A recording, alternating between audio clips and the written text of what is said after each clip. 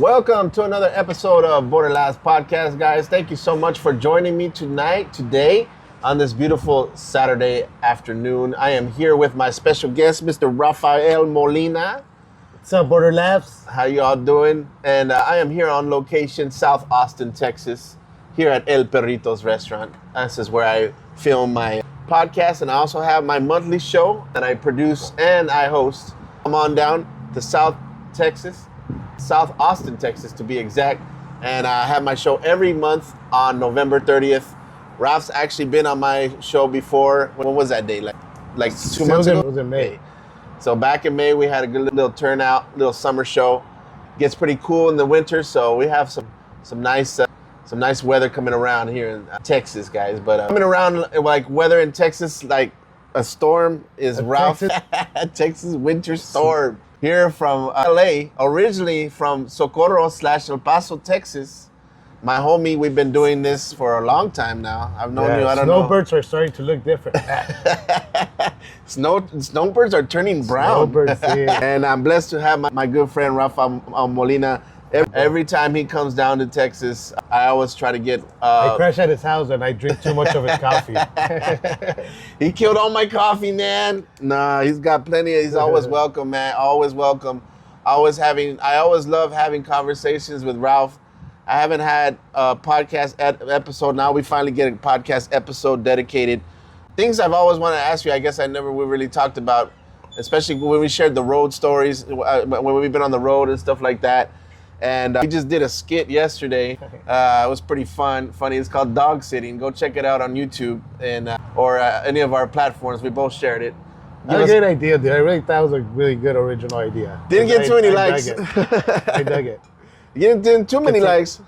It was probably the actor, the animal actor that we had. Yeah, he was pretty much dead. A dog did die for that skit. PETA. Animals were hurt. They were. No, it's so funny because I had a friend who reached out to me. If you guys haven't checked out the skit, go check it out. I used an urn, a fake urn, guys, and a lot of people asked me if that was a real urn. Like, no, real. Yeah, What is a real urn? It is meant for ashes, but it didn't have anything in there, guys. So nobody was dead, nobody was hurt. Plus, I wouldn't subjugate my... But who puts an urn? Who donates urns to Goodwill? I mean, I don't know. How would you feel about putting your dead one's ashes inside somebody else's urn? Yeah, like an apartment?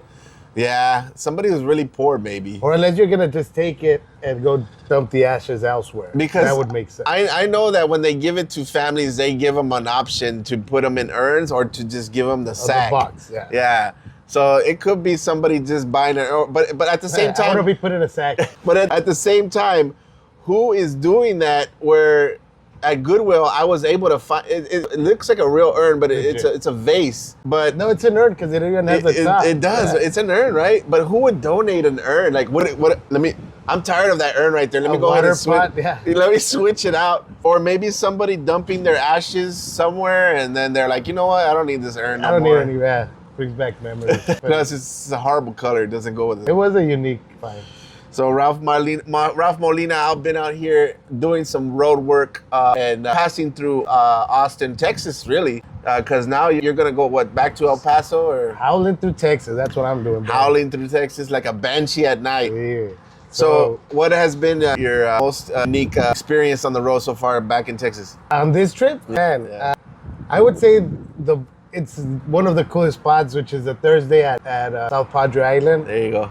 That has to be such a, just going there super nice, bro, right? It's like you got the beach.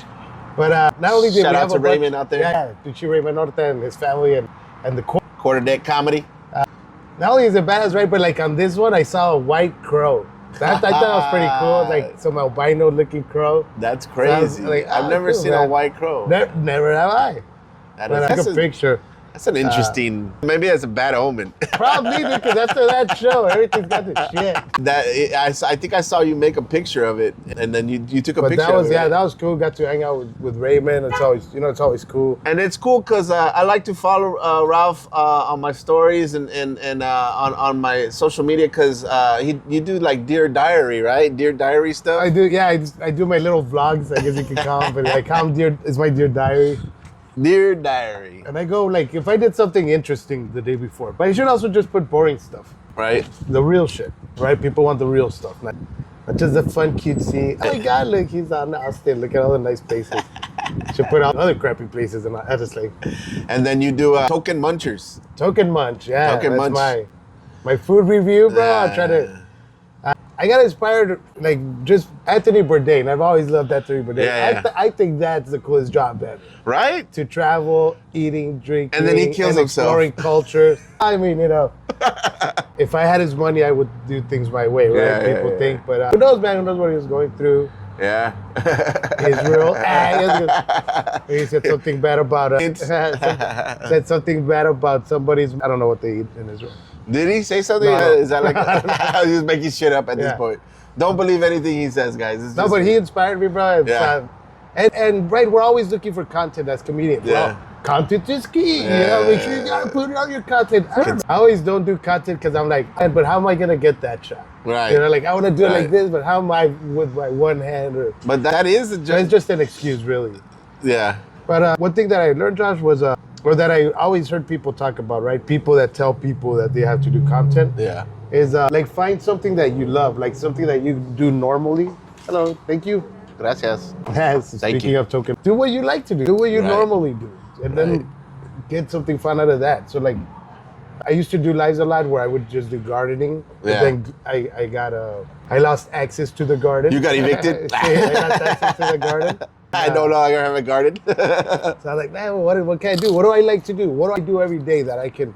I'm like, well, eat, right? We all eat. We all like, okay. And then in LA, dude, there's so much variety. And everywhere you go, really. So much variety. So I was like, okay. And it all started, I was just going to do like weird snacks. That was the point. Go to like these Asian stores, buy some weird stuff, and then like try it. Like the first thing I ever tried was, I forgot what they're called, but it's like a half a live duck or like a half a live chicken and an egg.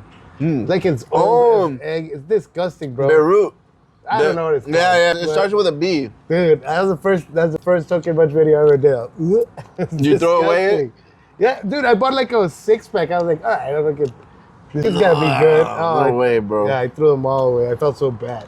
Speaking of food, we got our nachos, Fiesta nachos here, guys. Fiesta nachos from and burritos here. So dig in if you want some, brother. And so this is El Paso style flavored. El Paso style food.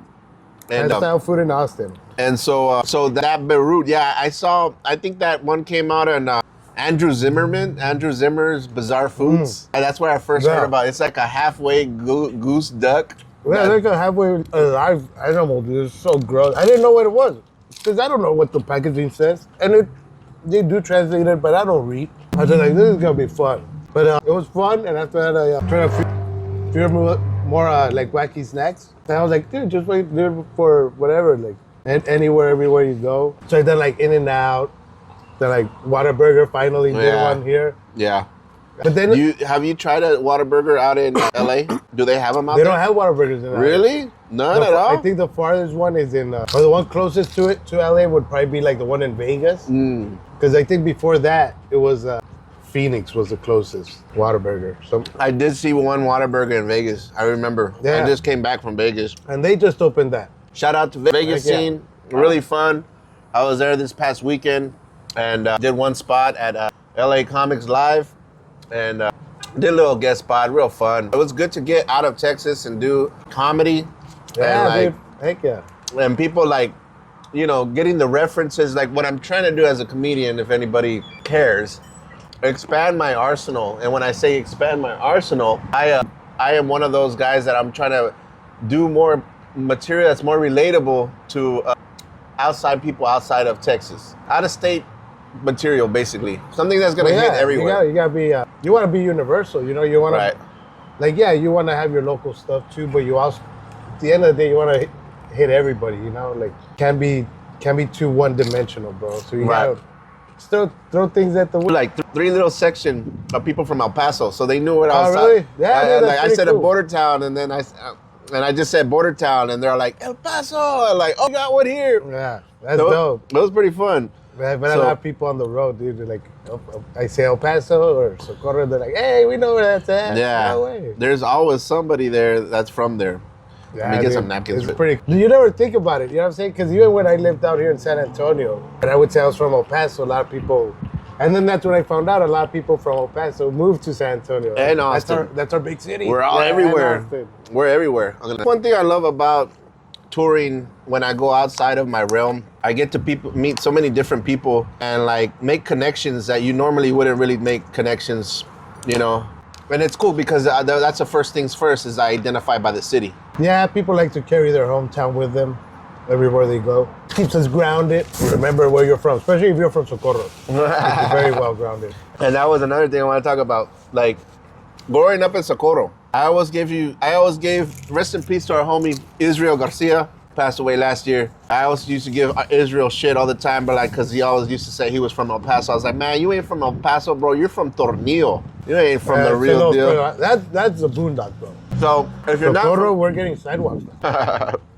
Right? If you guys are not familiar with the El Paso, West Texas area, right before if you're driving towards LA westbound, one of the first place in Texas. One of the first stops you hit right before El Paso is these two small out of skirts counties. One is called Socorro and the other one is called Tornillo, which means but it's Tornillo because it's further out east, and then Socorro. And then Tornillo, then Socorro, then El Paso. It's like Tornillo, Fabens, Clint. It's like a bunch of little different ones all scattered. They're all like on different side of the highway. And so if you're not familiar, it's just think of if you're in Austin, Leander, Cedar Park, all that shit. And so, but with no trees. Real small, poor communities, you know. And growing up there, I always thought people that grew up very poorer than me. Where I grew up in the city, downtown in the city. I was surrounded by all the. And that was my thing. Like, and the city folks, they'll be all rich, man, freaking cool with their sidewalks. Dude, in front of my grandma's house, they're barely getting sidewalks this year. 40 years, bro, have passed. And Socorro is just barely getting sidewalks. I'm talking about like the old Socorro, not the new stuff that they're building. And I have not been there. That they built with sidewalks, you know. Have they? Like, so there's been a lot of changes in Socorro. I haven't been there. Oh, dude, humongous. Dude. Everything, it's so different now. Yeah. There's like a whole ass malls everywhere. Really? New construction, new homes. Yeah, bro. The whole east side, the whole far east is like brand new. It's like Horizon, all that, all brand new, bro. Even like Socorro Road, right down Socorro and Horizon, which was like where that old the Socorro mission's at. That thing used to be like the worst part of the. I remember the crappy town. I remember. And now, dude, they got like little wine rooms and breweries. Really? And, little cafes. And shit. I would have never thought. Because they're pricing us out. They're pricing us out with $5 matchas. I would have never thought how much developed it is when I went out there, because my dad lived in Isleta. Yeah, which was right before Socorro. And so every time we went out there, we would be more. My cousin was to Isleta, and Isleta's right next to the Tigua Reservation. And I just kind of grew up understanding poverty. What is it? Only the second casino in Texas. Yeah. The Speaking Rock. And Speaking Rock, they always have cool things going. I was always mad that I could never go to events at Speaking Rock. Remember, I grew up. I didn't experience all the cool shit now. You know what I mean? Like the free concerts. They have corn. Go there like twice. My buddy was telling me like 2-3 times a year for free. Like, what's better? And so I got to see a couple of those. I ain't gonna lie. Saw George Thorogood. Yeah, and they play these really cool concerts, and they put on free concerts out there, and it's great. And that's kind of like my exposure, but I always pass by the Tigua reservations and all the cool, all the surrounding areas. Just made me feel very appreciative where I came from, bro. Nah, El Paso has its charm, but and the towns around it too. But yeah, when you come out to these big cities and you see like something is not right, somebody's pocketing money. You know what I mean? Because dude, you see like big cities, like in LA, dude, people be like, "Oh, this is a hood." I'm like, "What's hood about it?" Like, yeah, granted, the people that are dirty, they don't pick up after themselves. But, dude, the houses are nice. If people don't take care of them, of course, they're ugly. But for the most part, you can see it's nice.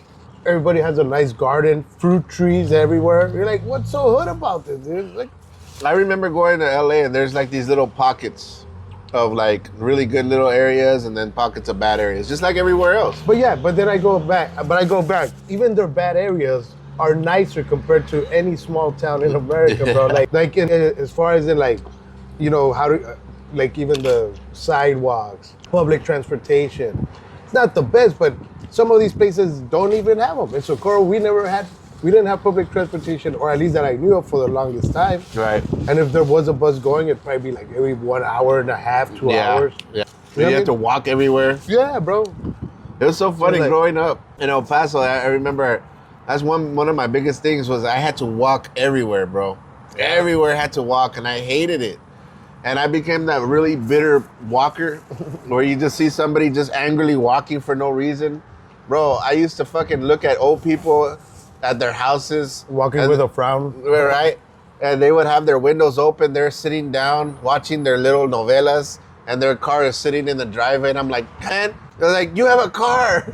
I used to get angry for that for no reason. I felt stupid because it's like, just walk, pinche Yeah. gordito, you know? Sí, no, but yeah, dude. So yeah, I think like it is crazy how certain things develop, you know, in different areas, man. You know, some people prioritize, you know, hey man, let's make some sidewalks for these people.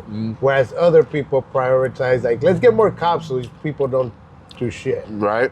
Which I think, like, in my opinion, that El Paso, it's a police state almost, bro. You think so? Yeah, it's too many cops, bro. Too many cops, too many watchdogs. Yeah, I think so too. Because come on, you got Border Patrol, now ICE, now the sheriffs, the state troopers, Yep. your city cops. Yep. Then you have the IS, the school cops that have no jurisdiction, but they can still pull you over and call them real cops or Yeah, whatever. you're absolutely right. You know, it is somewhat of a police state if you think about it. Everybody's in law enforcement, and then you have a customs. Yeah. Every law enforcement is in the border town. It's right there, and you see them driving from like a 5 mile drive. You'll see Yeah. at least one or two of those. Yeah, and that's what I'm used to growing up. You know what I mean? I'm used to seeing all that shit. So that's why I got this El Paso shirt. when you go downtown, you see you start seeing all the differences of the cities. And like when I went down to South Texas, I start seeing all this border patrol and everything. I was like, Yeah. man, it's like I'm back home. you Yeah. know? Like it's weird. It's a weird nostalgic thing to be accustomed to when you're not used to seeing it, right? So there's a huge disconnect with a lot of people that actually live in those areas that are so used to it versus somebody coming in from the outside. From like, the man, north, you got, yeah. I got a lot of fucking cops out here. Like, yeah, that's how it is.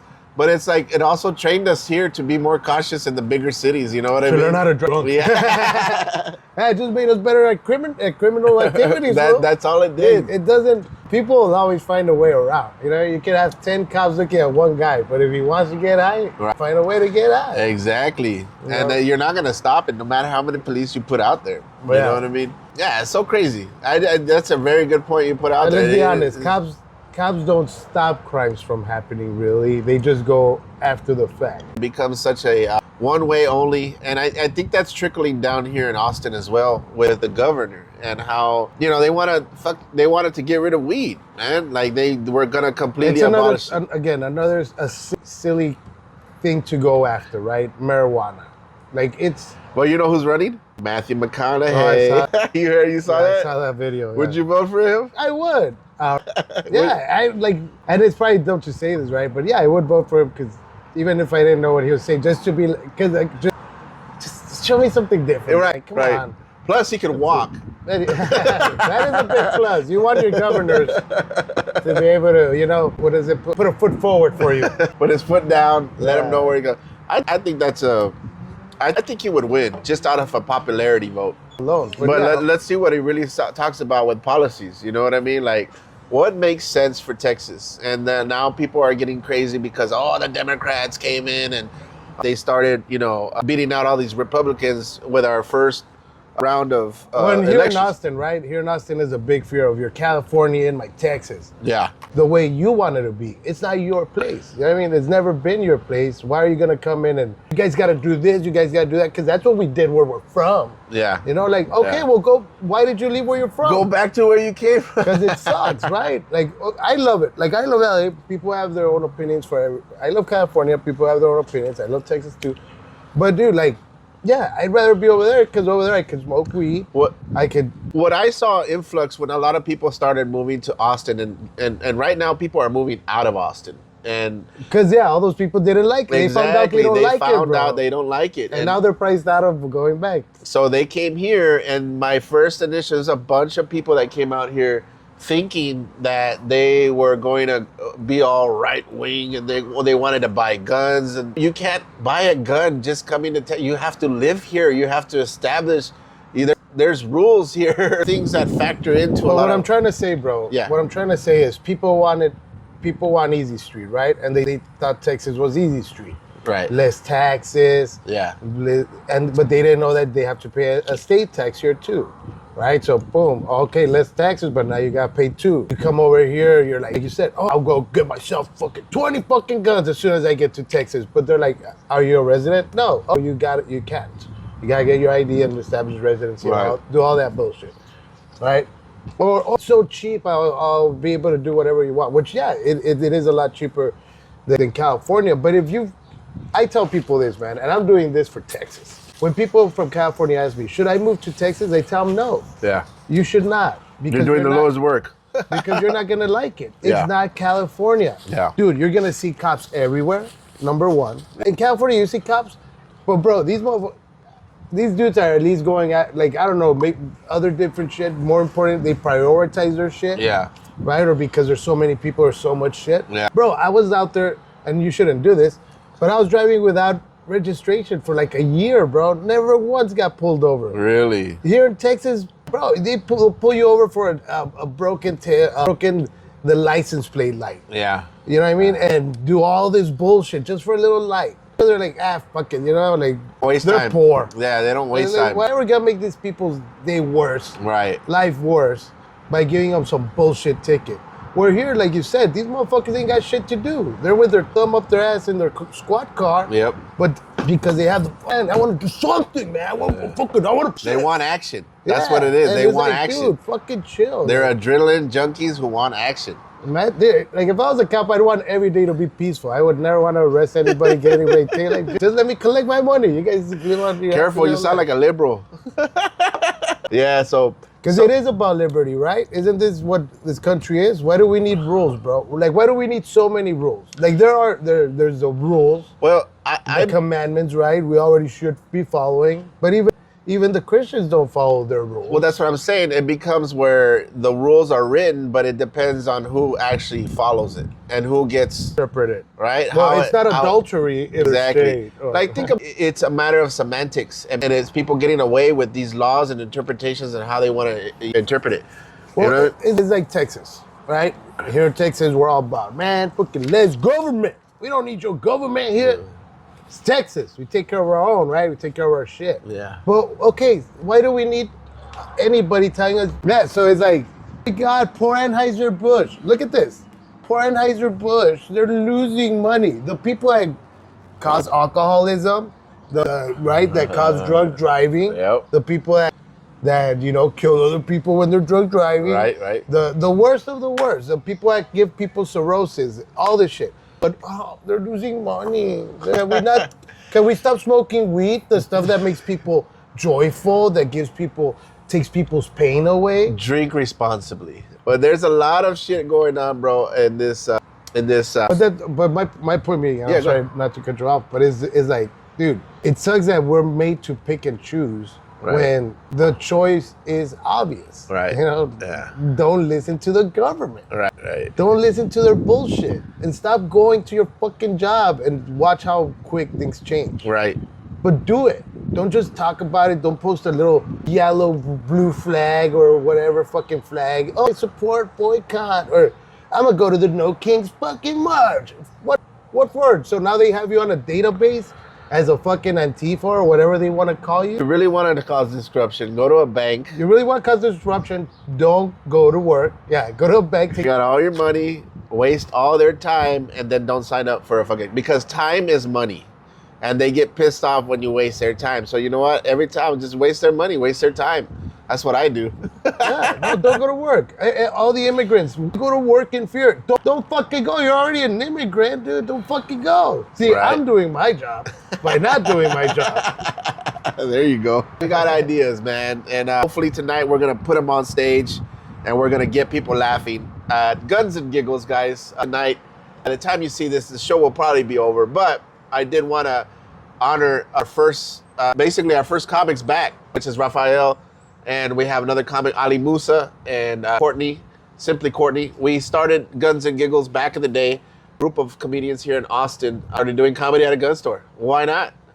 We took a long You hiatus. thought the stage was scary? Try it in front of gun owners. Exactly. With their guns. And so Rafael Molina was one of our guests a while back. This was pre-COVID. And that's how long we've been doing that show. And we went on a hiatus after COVID. And then we kind of, we're still on hiatus. And there was a group of us that were still doing comedy, but we're all scattered out now. But now we put it together again. We're getting the band back together, man.